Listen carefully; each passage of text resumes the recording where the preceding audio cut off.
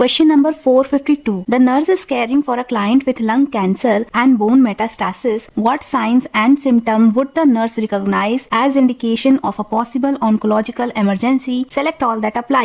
तो इस क्वेश्चन में ये पूछ रहा है कि नर्स एक क्लाइंट की केयर कर रही है जिसको लंग कैंसर है और बोन मेटास्टासिस है। तो ऐसे कौन से साइन और सिम्टम ये इंडिकेट करेंगे कि उस पेशेंट को पॉसिबल ऑन्कोलॉजिकल इमरजेंसी होने वाली है या हो रही है। Option 1 facial oedema in the morning. Option 2 weight loss of 20 lb 9 kg in 1 month, serum calcium level of 12 mg per dl, serum sodium level of 136 mg per dl, serum potassium level of 3.4 mg per dl और option 6 numbness and tingling of the lower extremities। तो इस question में सबसे पहले तो हम समझेंगे oncological emergency क्या होती है। तो ऑन्कोलॉजिकल इमरजेंसी में हम सबसे पहले समझेंगे कि इसमें क्या क्या कंडीशंस होती हैं। तो अगर बॉडी में कहीं भी ट्यूमर है या कैंसर सेल है तो उनके अंदर जो सेल्स होते हैं उनका प्यूट्रिफिकेशन होता है, मतलब कि वो जो सेल होती है उसके अंदर पस का फॉर्मेशन हो जाता है और धीरे धीरे ये पस इन ट्यूमर्स में से रिलीज होके बाहर आ जाता है और ये ज्यादातर मैलिग्नेंट ट्यूमर्स के केस में होता है। तो अब ट्यूमर से निकला हुआ यही पस ब्लड स्ट्रीम में आके इन्फेक्शन कॉज कर देता है। तो अब ट्यूमर से आने वाला ये पस ब्लड वेसल्स में एंटर करता है और ब्लड में इन्फेक्शन कर देता है और ब्लड के इसी इन्फेक्शन को हम सेप्सिस कहते हैं। तो ये है पहला ऑन्कोलॉजिकल इमरजेंसी। तो हमने क्या समझा कि जब कभी भी कोई ट्यूमर है या कैंसर सेल है तो उसके अंदर पस का फॉर्मेशन होने लगता है, वो पस धीरे धीरे बढ़ के बाहर आने लगता है और ब्लड स्ट्रीम में एंटर कर जाता है जिसके कारण ब्लड का इन्फेक्शन हो जाता है और इसे ही हम सेप्सिस कहते हैं। अब जैसे कि ब्लड में इन्फेक्शन कॉज हुआ, इस इन्फेक्शन से डील करने के लिए कोएगुलेशन मैकेनिज्म भी स्टार्ट हो जाता है। अब जब भी ब्लड में कोएगुलेशन मैकेनिज्म स्टार्ट हो जाएगा तो क्या होगा कि धीरे धीरे करके क्लॉटिंग फैक्टर्स का कंजप्शन स्टार्ट हो जाएगा, धीरे धीरे क्लॉटिंग फैक्टर्स खत्म होना स्टार्ट हो जाएंगी।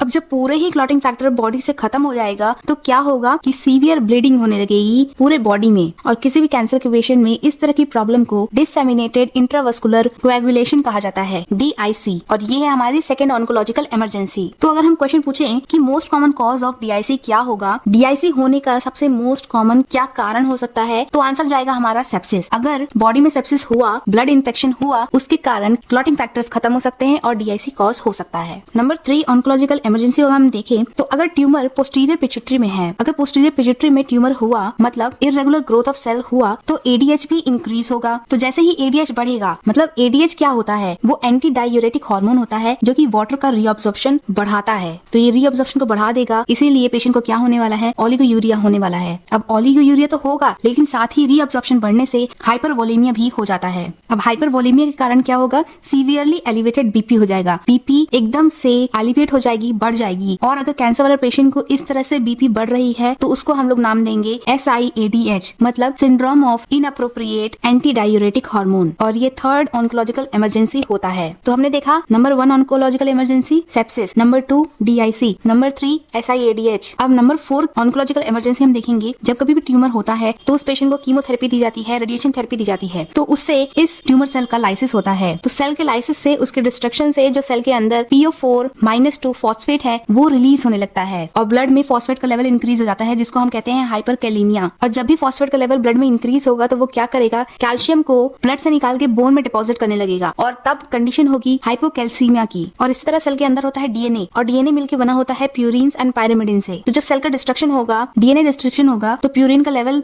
ब्लड में बढ़ने लगेगा और प्यूरिन के बढ़ने से यूरिक एसिड बढ़ेगा और यूरिक एसिड बढ़ने से पेशेंट को स्टोन या गाउट की प्रॉब्लम आ सकती है। तो दूसरी बात क्या होगी, हाइपर यूरिसेमिया। तो ये कंडीशन जिसमें कि ट्यूमर का डिस्ट्रक्शन होता है इसको कहा जाता है ट्यूमर लाइसिस सिंड्रोम या शॉर्ट में कहे TLS। तो अगर एग्जाम में पूछ लिया जाए ट्यूमर लाइसिस सिंड्रोम के क्लिनिकल फीचर बताओ तो उसके क्लिनिकल फीचर होंगे hyperphosphataemia, hypocalcaemia, hyperuricaemia. These are the clinical feature of tumour lysis syndrome. तो ये फोर्थ ऑन्कोलॉजिकल इमरजेंसी हो जाता है। अब फिफ्थ ऑन्कोलॉजिकल इमरजेंसी हम देखेंगे, यदि किसी पेशेंट को रेस्पिरेटरी एरिया के आसपास कहीं ट्यूमर या कैंसर है तो वो इंफीरियर वेना कावा को ब्लॉक कर देगा। तो हम समझेंगे कि ये हमारा हार्ट है और ये हार्ट का राइट एट्रियम है, इसमें यहाँ नीचे से इंफीरियर वेना कावा ब्लड लाती है और ऊपर से सुपीरियर वेना कावा ब्लड लाती है जो कि ब्रेन से लेकर आता है। अब किसी पर्सन को चेस्ट वाले एरिया में कैंसर या ट्यूमर है तो वो क्या करेगा, सुपीरियर वेना कावा को ब्लॉक कर देगा या सुपीरियर वेना कावा कंप्रेस होने लगेगी और वो ब्लॉक हो जाएगी। जैसे ही सुपीरियर वेना कावा ब्लॉक होगा, ब्रेन का वीनस रिटर्न हार्ट में नहीं आ पाएगा। तो जैसे ही सेरेब्रल एरिया का वीनस रिटर्न हार्ट में नहीं आ पाएगा तो कार्डियक आउटपुट डिक्रीज होने लगेगा और अगर कार्डियक आउटपुट घटा तो पेशेंट शॉक में भी जा सकता है। तो क्या दिक्कत आएगी, ये जो वीनस रिटर्न है वो ब्रेन में कलेक्ट होने लगेगा और पेशेंट को सेरेब्रल एडिमा होगा। और जो हमारा नेक एरिया और फेस एरिया है, इसका वीनस रिटर्न भी हार्ट में सुपीरियर वेना कावा से आता है, तो इस पेशेंट को फेशियल एडिमा भी होने वाला है और पफीनेस भी होने वाला है। तो हमारे पास 5 ऑन्कोलॉजिकल इमरजेंसी आ चुकी है। Number 1 sepsis, number 2 SIADH, number 3 tumour lysis syndrome, number 4 TIC, number 5 superior vena cava syndrome. तो क्या ये सारे ऑन्कोलॉजिकल इमरजेंसी आप लोगों को अच्छे से क्लियर समझ में आ गए हैं?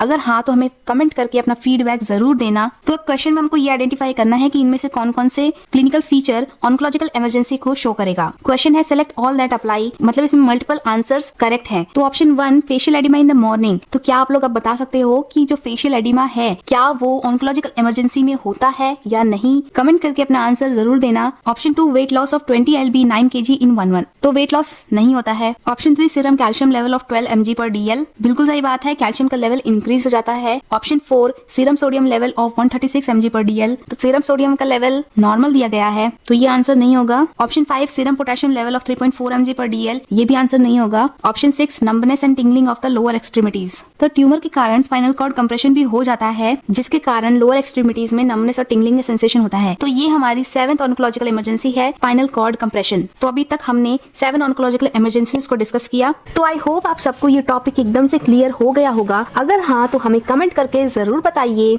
और एनक्लिक्स के ये सॉल्यूशंस अपने सभी साथियों के साथ शेयर करिए। इससे हमको और मोटिवेशन मिलेगा ऐसे ही वीडियोस बनाते रहने के लिए। So thank you so much for watching.